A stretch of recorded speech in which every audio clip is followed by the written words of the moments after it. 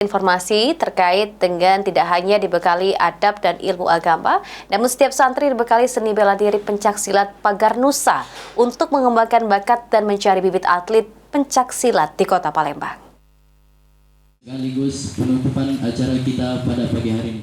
Pencaksilat merupakan seni bela diri yang diwariskan secara turun-menurun dan memiliki keberagaman jenis, salah satunya pencaksilat Pagar Nusa yang merupakan organisasi pencaksilat yang didirikan oleh Nahdlatul Ulama. Untuk itu, di Pondok Pesantren Aswaja Setap Santri tidak hanya dibekal dengan adab dan ilmu agama, namun santri juga dibekali dengan seni bela diri Pagar Nusa. Muhammad Soni Suharsono, pimpinan Pondok Pesantren Sultan Mahmud Badaruddin SMP, mengatakan tujuan dari Pagar Nusa untuk melatih fisik dan melestarikan bela diri Pagar Nusa. Di samping itu, diharapkan nantinya atlet bela diri pencaksilat terlahir dari organisasi pencaksilat Pagar Nusa. Di Palembang ini ada sekitar 40 pesantren, tapi yang ikut Pagar Nusa ini mungkin masih 20%, karena mungkin kepengurusan PC-nya belum terorganisir dengan baik. Kita harapkan urusan PC Kota Palembang ini Pagar Nusa tertata dengan rapi, sehingga kader-kader yang sudah pengesahan ini terdata dengan rapi.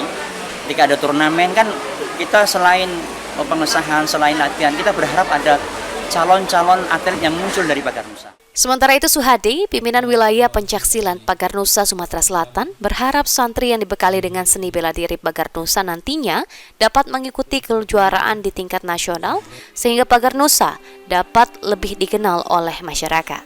Untuk kader-kader Pagar Nusa sebagai pendekar, dan kita berharap kader-kader ini continue latihan terus, dan kita akan menghadapi kejurnas tidak lama lagi, Piala Presiden dan Piala PBNU yang dilaksanakan, dan kita bibit-bibit yang khusus Kota Palembang berada di Aswaja dan Sultan Mahmud Badaruddin.